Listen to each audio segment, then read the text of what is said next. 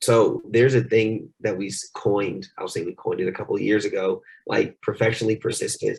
That's like one of the things mainly within, this whole space that you have to be, especially when you're talking about developing a network, especially if that network that you're developing, you're looking to generate like business or get partnerships out of. So really, I mean, it's the skills of being timely, being able to follow up. I think I still hear that as like the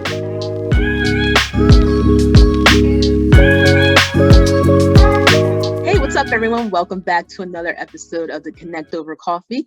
Joining me today is Ryan Johnson. Ryan is the founder and CEO of Community, which is the leading esports and video game career program for students of color. Ryan, thank you for joining me today. No, I appreciate it. How are you? Thank you for having me. Yeah, everything's going well on my end here. So let's jump right into it. We'll kick things off with our 2-minute drill. Ryan, I'm just going to fire a few questions at you, and you just answer with the first thing that comes to your head. Are you All ready? right, let's do it. Let's do it.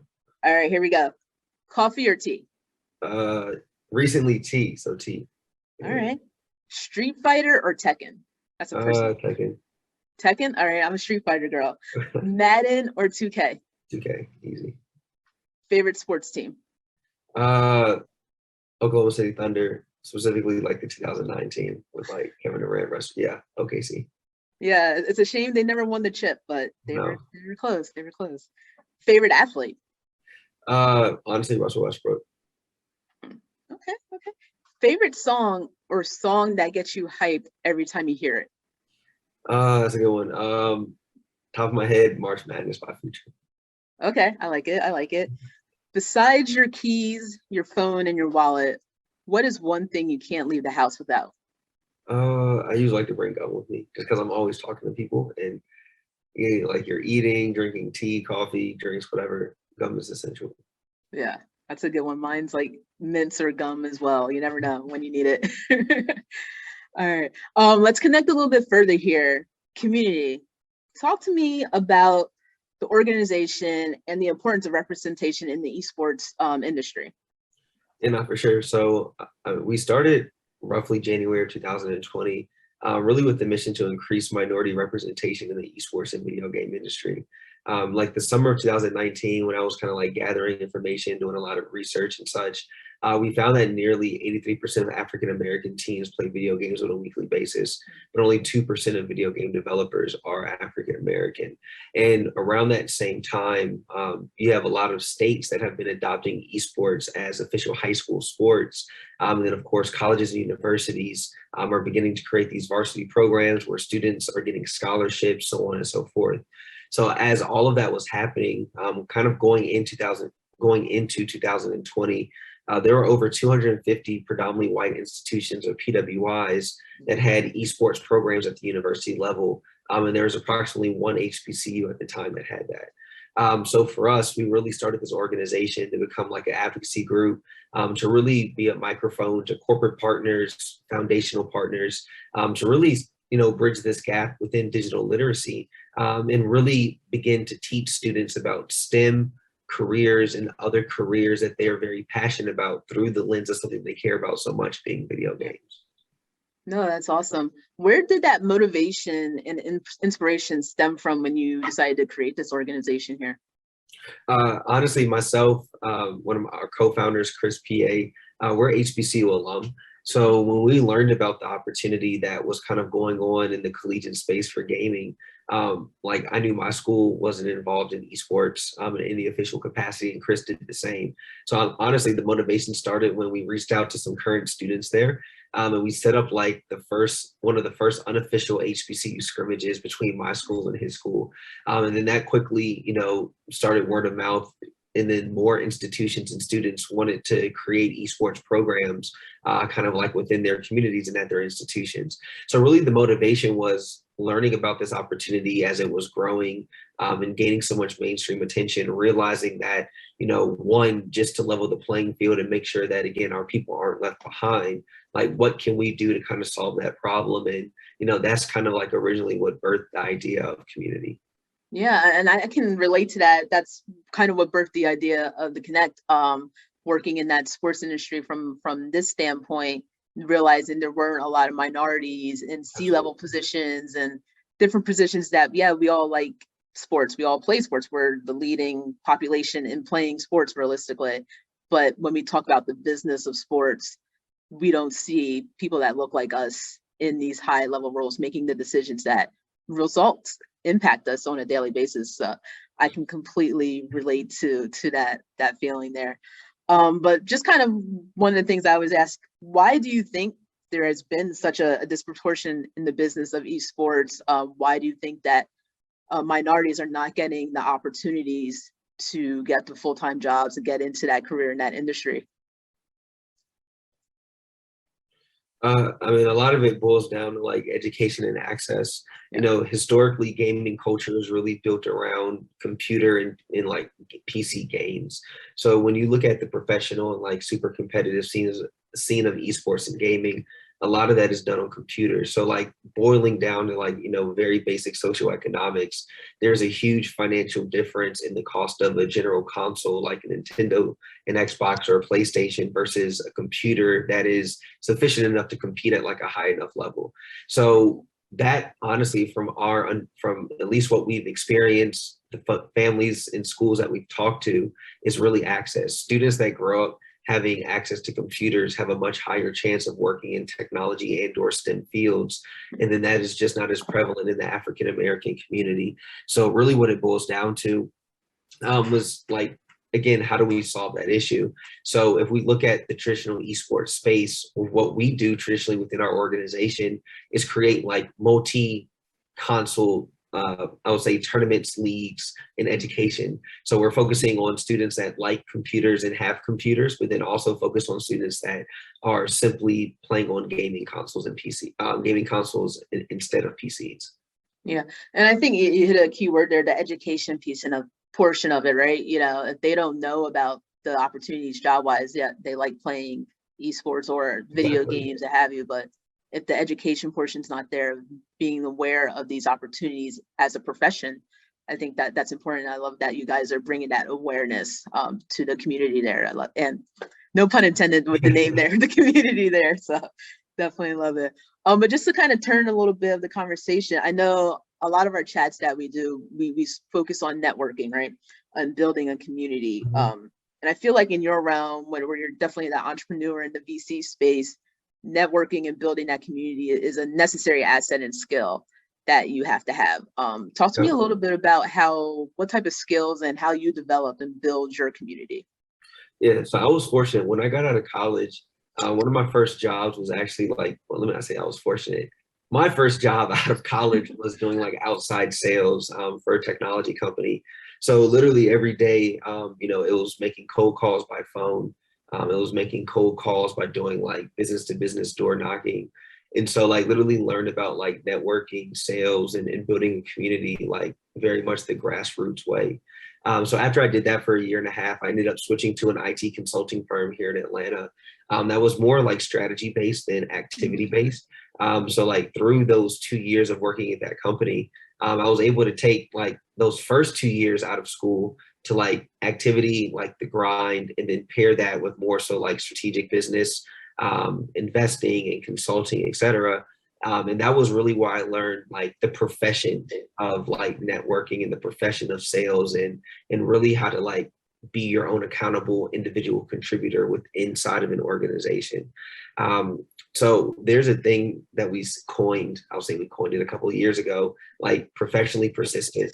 That's like one of the things mainly within, you know, this whole space that you have to be, especially when you're talking about developing a network, especially if that network that you're developing, you're looking to generate like business or get partnerships out of. So really, I mean, it's the skills of being timely, being able to follow up.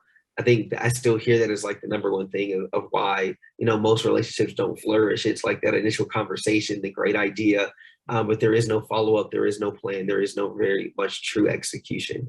So now building a community is super, super important. And those first, I would say like 4 or 5 years before even doing community, our business was really built on like that very much strong foundation. So when we started the company, I already knew who to call on. I already knew folks that would be like key advocates for what we were doing. So that was like a huge like confidence points for us, was simply just knowing that we had a strong base to lean on before we even like started this journey. Yeah, definitely. I think I want to dive a little bit deeper into that professionally consistent term right there, because a lot of people, and even myself included, be draw the line of trying not to be a pest, but also just trying to be at the forefront of people's minds as when we talk about partnerships, when we talk about even different job opportunities or even networking, just to stay at the forefront of someone's mind. How do you go about drawing the line between consistency and overplaying? Yeah. I mean, for me, I think it's a couple different things. I really much focus on like building true relationships like with people. And of course, like it'd be very particular with like who you kind of go after. So I don't think every conversation that you reach out to someone, especially if you don't know them, should be about like, hey, let's get coffee to talk about the next project or this project or following up on something related to business. So I mean, it could be as simple as like, hey, you get to know someone in your first or second call in your own social media, share things with them that they're interested in, like just engage with their content directly on social or in other platforms without talking about said project and such. So for me, it's just about, of course, it's always about being respectful. And I think as long as you're genuine in your approach, I think that's genuinely like respect falls in line with that. It's just like having the right intention, understanding then also if this person does respond, are you prepared for whatever it is that you're looking to have a conversation about? Because I think that also a lot of times happen. People want to connect with the VP this or senior vice president that, and then that ask is made, they get their request and nothing really comes from it. But there always wants to be the follow-up. So I think it's really just about always being prepared and then always being in a position where like you can help someone further their own individual journey. And I think that's honestly what's helped us a lot. Like I always ask a question generally like, how do you win in your role? Like if we do something together, like how do you win? Like how do you get promoted? And then that's usually what will base that whole relationship partnership kind of around. That's a good question. I might throw that back at you. So how do you win in your role in community? Honestly, for us, it's around like the students, the teachers, and the schools that are the backbone of everything that we do, right? I mean, if we don't have the student support or the parents, the schools, etc., we have no like community to even bring to some of our corporate partners and friends that we work with in order to like create this whole thing and make it possible. We also win with our corporate partners. So for an example, we work, some of our biggest supporters are folks like Microsoft, Comcast, Verizon. And with them, it's about knowing what they're looking to accomplish and then putting ourselves in a position to help them do that, but then also execute at a very high level.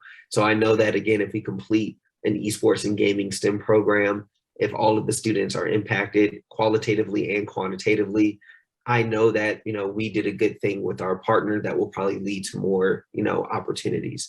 So it's really, for us, those are just like some examples, but wins come in different forms like all the time. So it's just about also understanding like what a win is, because I think a lot of times folks have their mindset around like 1, 2, or 3 versions of what success could look like. Mm-hmm. And sometimes you can deflect opportunities or, a 4th or 5th option, just due to not being aware of what winning looks like in all shapes and forms. So, I think it's been a very interesting journey, I'll say, nonetheless, over these past couple of years. Yeah, definitely. Just talking about the journey in general, have you ever come across a fork in a road in your career where you can either just stay on the path that you're on, or you can take another turn and just have something new, exciting, or new opportunity there?